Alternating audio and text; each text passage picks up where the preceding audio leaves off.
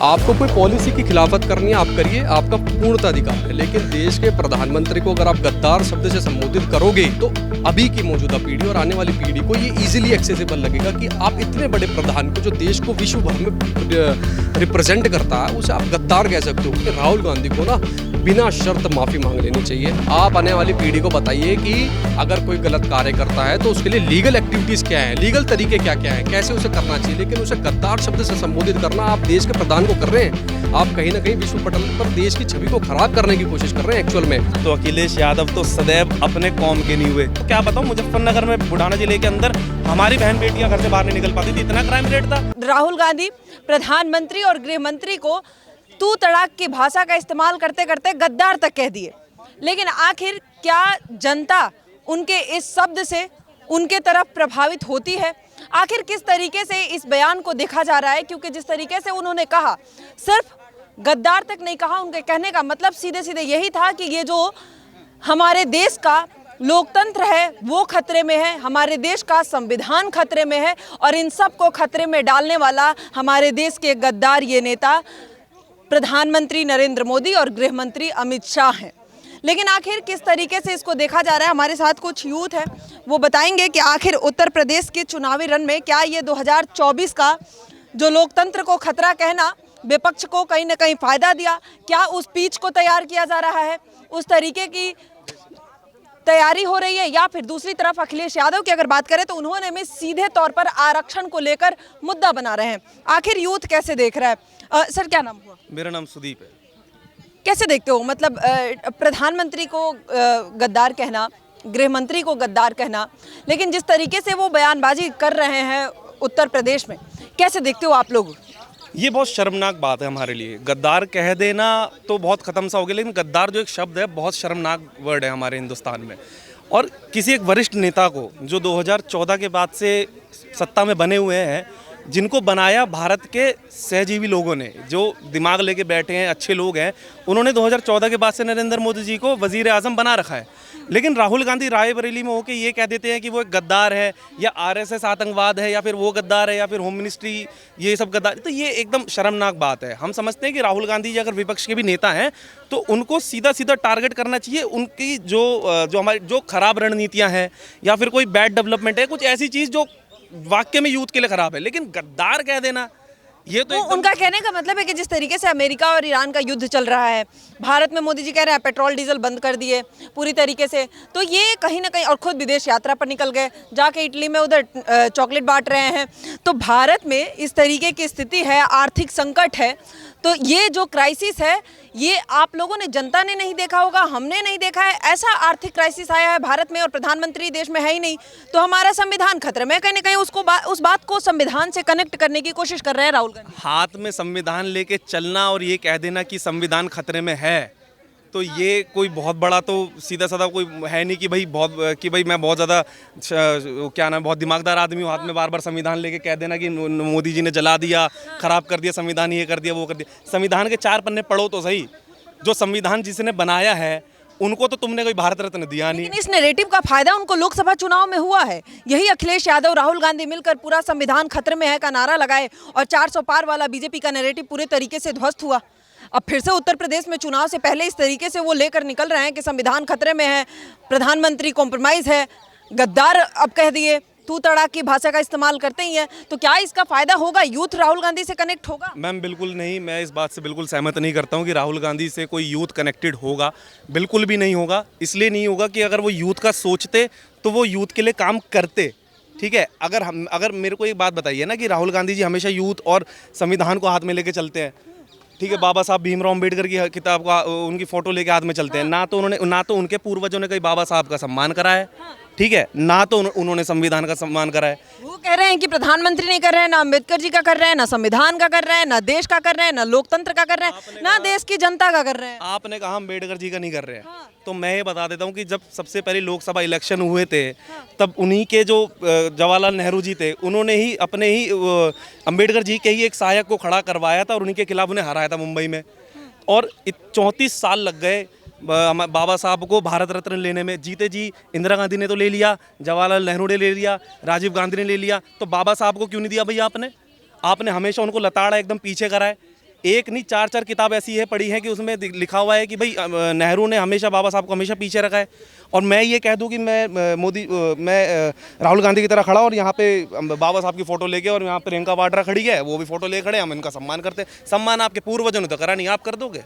क्या लगता है ये जो लोकसभा चुनाव में उनको फायदा हुआ संविधान खतरे में का लेकर, संविधान का किताब लेकर घूमने का, उसका फायदा विधानसभा में नहीं होगा उत्तर प्रदेश? क्योंकि वही पिच तैयार किया जा रहा है, वही रणनीति है। देखिए उत्तर प्रदेश में योगी सर बैठे हैं, योगी जी बैठे हैं, तो उनका जो एक मुद्दा है, उनका जो एक काम करने का तरीका है, वो आपने दिल्ली में भी देखा, मार्च में देखा होगा, तरुण हत्याकांड के टाइम पे देखा होगा। योगी का एक योगी मॉडल आ रहा है जी, बुलडोजर आ रहा है जी, अब वो कलकत्ता में भी देख रहे हैं आप। तो इसका मतलब ये है कि कोई भी ऐसा आदमी या कोई भी ऐसा ग्रुप या कोई भी ऐसा संगठन अगर कोई भी जो देश के खिलाफ काम कर रहा है भारत में रह के, तो उसके खिलाफ सख्त से सख्त कार्रवाई होगी। और उस टाइम पे मैंने भी यही उस टाइम पे मैंने एक वो बोला था कि देश में रहने वाले कोई भी ऐसा आदमी जो गद्दार या फिर कोई ऐसा काम करता है जो यूथ या फिर भारत के खिलाफ है, सबसे पहले उसकी नागरिकता खत्म कर दो। लेकिन राहुल गांधी तो कहते हैं हम देश के यूथ के साथ है, यूथ विरोधी तो सरकार है जो यूथ को रोजगार नहीं दे रही है। अभी अखिलेश यादव उत्तर प्रदेश में इसलिए सरकार को घेर रहे हैं क्योंकि शिक्षा भर्ती में भारी घोटाला की बात कर रहे हैं। देखिए बात रही अखिलेश यादव की, तो अखिलेश यादव तो सदैव अपने कौम के नहीं हुए, तो वो कहाँ से यूथ के हो जाएंगे और कहाँ से वो यूथ के रोजगार के बारे में सोच लेंगे? उनकी सरकार में कितने वो निकल गए थे, साइकिल और लैपटॉप बांटने से सब कुछ हो गया था क्या उनकी सरकार में? उनकी सरकार में लोगों ने देखा नहीं था कि हम भी उत्तर प्रदेश से बिलोंग करते हैं? हमने नहीं देखा था कि हमारे छोटे भाई बहनों को या फिर हमारे संगठन में जितने भी लड़के पढ़ रहे थे, लड़कियाँ पढ़ रही थी, आपको क्या बताऊँ, मुजफ्फरनगर में बुढ़ाना जिले के अंदर हमारी बहन बेटियाँ घर से बाहर नहीं निकल पाती थी, इतना क्राइम रेट था। अगर यूथ के बारे में अगर आपने सोचा ही था तो कॉलेज के बाहर इतनी छेड़छाड़ क्यों होती थी, बलात्कार रेट आपके टाइम पे ऊपर क्यों थे? तो मैं नहीं समझता कि जी अखिलेश यादव को इस देश से कुछ पढ़ा है या फिर यहाँ के लोकतांत्रिक या फिर यहाँ पे राष्ट्रवाद से कुछ पढ़ा होगा, बिल्कुल भी नहीं पढ़ा। राहुल गांधी को नहीं मतलब है? राहुल गांधी जी को मतलब होता तो वो एक वरिष्ठ नेता को ऐसा नहीं बोल देते कि भाई आप गद्दार हो या फिर ऐसे हो। ठीक है, क्या नाम हुआ? नंदिता।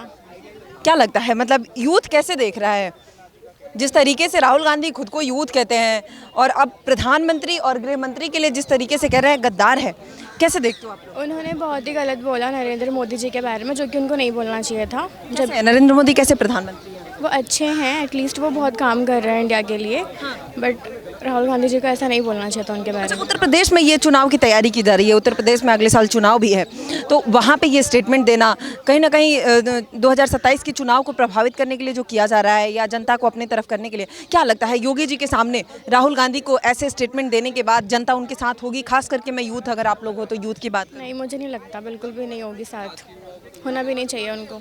कैसे है योगी जी का काम, कैसा लगा आप लोगों को? बहुत अच्छा काम करते हैं वो यूपी में, उनको हर जगह होना चाहिए। क्या अच्छा काम लगता है उनका?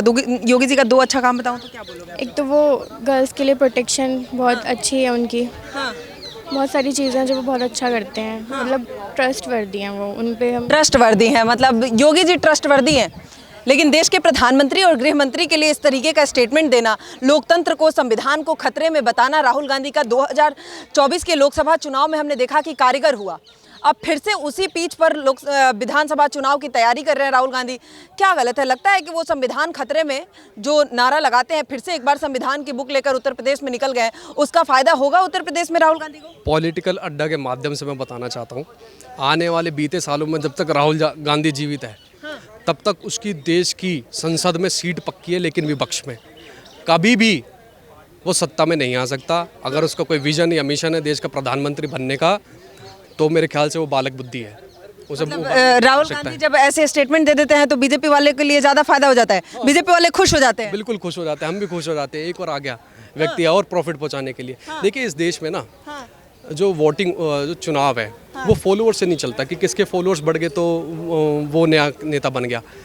मेरे आज 10 लाख फॉलोअर्स बढ़ जाएंगे तो 10 लाख वोट नहीं गिरेंगे मेरे को 100 वोट भी नहीं डालेंगे। सारा वो कह रहे थे कि प्रधानमंत्री, गृह मंत्री गद्दार है, लोकतंत्र खतरे में है, तो उनके ऊपर तालियां तो तमाम बज रही थी। क्या पता वो तालियों की गूंज उनको लगता हो कि वोट में कन्वर्ट हो जाए? नहीं, ऐसा नहीं होता। उन्हें देखकर लोग हंस देते हैं कि एक और पप्पू आ गया, इसलिए लोग हंस देते हैं। मैं आपको बताता हूँ, देखो क्या है, इसलिए बसता है।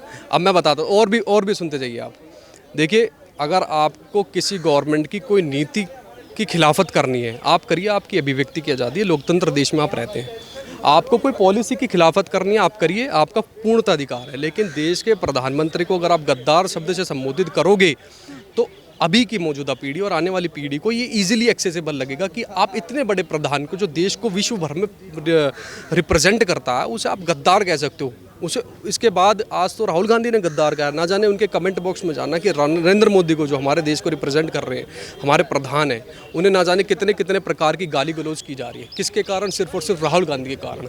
इसलिए हमारी यहाँ पे हम शांतिपूर्ण प्रोटेस्ट कर रहे हैं कि राहुल गांधी को ना बिना शर्त माफ़ी मांग लेनी चाहिए। ये बात वो कह रहे हैं कि लोग मुझसे माफ़ी की मांग कर रही है। आप बताइए, जो लोग देश को इस तरीके से पेट्रोल डीजल की त्रासदी में छोड़ दिए, जनता को कह दिए कि आप ये बैन कर दो, सोना मत खरीदो, ये मत खाओ, बाहर घूमने मत जाओ, खुद इटली निकल गए, चॉकलेट बांट रहे हैं और यहाँ पर लोकतंत्र को खतरे में डाल दिया है। अब इस बात को लेकर वो कह रहे हैं कि अब अगर ऐसे लोगों को हम गद्दार कह रहे हैं तो हम कहाँ से गलत है और इसके लिए माफ़ी की मांग हो रही है। क्यों माफ़ी मांगे? देखो, अगर कांग्रेस को लगता है कि भारत के प्रधानमंत्री का विदेश में जाने का कोई बेनिफिट नहीं है उनकी नज़र में और उन्हें नहीं जाना चाहिए, तो उसको ना क्या करना चाहिए, कांग्रेस को मैं सजेस्ट कर देता हूँ। आप जैसे जंतर मंतर पर खड़े हुए प्रदर्शन स्थल है दिल्ली का, भारत के तमाम लोग यहाँ पर आकर प्रदर्शन करते हैं, आप यहाँ पर आकर प्रोटेस्ट करो भारी संख्या में, रामलीला मैदान पर जाकर आप अनशन दो। आप आने वाली पीढ़ी को बताइए कि अगर कोई गलत कार्य करता है तो उसके लिए लीगल एक्टिविटीज़ क्या है, लीगल तरीके क्या क्या हैं, कैसे उसे करना चाहिए। लेकिन उसे गद्दार शब्द से संबोधित करना आप देश के प्रधान को कर रहे हैं। आप कहीं ना कहीं विश्व पटल पर देश की छवि को खराब करने की कोशिश कर रहे हैं एक्चुअल में। बल्कि इसके बजाय आपको क्या करना चाहिए था कि भारी संख्या में मौजूद अपनी पूरी मॉब को लेकर जंतर मंतर पर आते या रामलीला मैदान पर जाते, एक अच्छे से प्रोटेस्ट करते, वो आपकी आज़ादी है, उसका लोग सम्मान भी करते कि चलो विपक्ष के तौर पर राहुल गांधी एक अच्छा स्टेप ले रहा है। लेकिन गद्दार शब्द से संबोधित करके कहीं ना कहीं उसने देश की छवि को खराब करने की कोशिश कर रहा है। अच्छा, लेकिन ये उत्तर प्रदेश की जो चुनावी पिच तैयार की जा रही है उसमें सिर्फ राहुल गांधी नहीं है, अखिलेश यादव भी बराबरी का हिस्सा निभा रहे हैं। अब वो लेकर आ गए, शिक्षा भर्ती में घोटाले को लेकर मामला सामने रख रहे हैं। तो ये दोनों तरीके से जो पिच तैयार किया जा रहा है, कोई कह रहा है कि लोकतंत्र खतरे में है, संविधान खतरे में है, दूसरी तरफ अब अखिलेश यादव जी कह रहे हैं कि ये घोटालेबाज सरकार है। नहीं, इन्हें जो कहना है कहने दीजिए। मैं वही कह रहा हूँ कि हम चुनाव में फायदा नहीं होगा। पहले हमने देखा है कि संविधान खतरे में बोलने का फायदा लोकसभा चुनाव में हुआ है, कैसे यूपी विधानसभा चुनाव में नहीं होगा? इसको सबसे अच्छा व्यक्ति वही बता सकता है, या तो जो भाजपा से एसोसिएटेड हो या पॉलिटिकल कंसल्टेंट हो। एज अ ऑर्गेनाइजेशन हम यहाँ पे स्टैंड ले रहे हैं कि आने वाली युवा पीढ़ी और मौजूदा युवा पीढ़ी भटके ना, और हमारा रहेगा मतलब बीजेपी के साथ। कांग्रेस जो कहते हैं, राहुल गांधी जो कहते हैं कि यूथ हमारे साथ है, यूथ बर्बाद है इस सरकार में, तो आप लोग यूथ हो कैसे देखते? घूम कर मैं वहीं आता हूँ। फॉलोअर से यूथ नहीं पैमाना जाता कि यूथ किसके साथ है। वोटिंग से पता चलता है कि कौन सी पार्टी के साथ कितनी जनता है। जैसे बंगाल में आपने देखा, तो कहीं ना जब वोट आएंगे और जब सीटें निकल के आ जाएंगी तब लोगों को पता चल जाएगा कि युवा किसके साथ था। मतलब राहुल गांधी के इस बयान का फिर से बीजेपी को उत्तर प्रदेश में फायदा हो जाएगा? अब कोई एनालिटिक्स बता सके, लेकिन मैं तो कह सकता हूँ अपने तौर पे कि शायद हो जाएगा।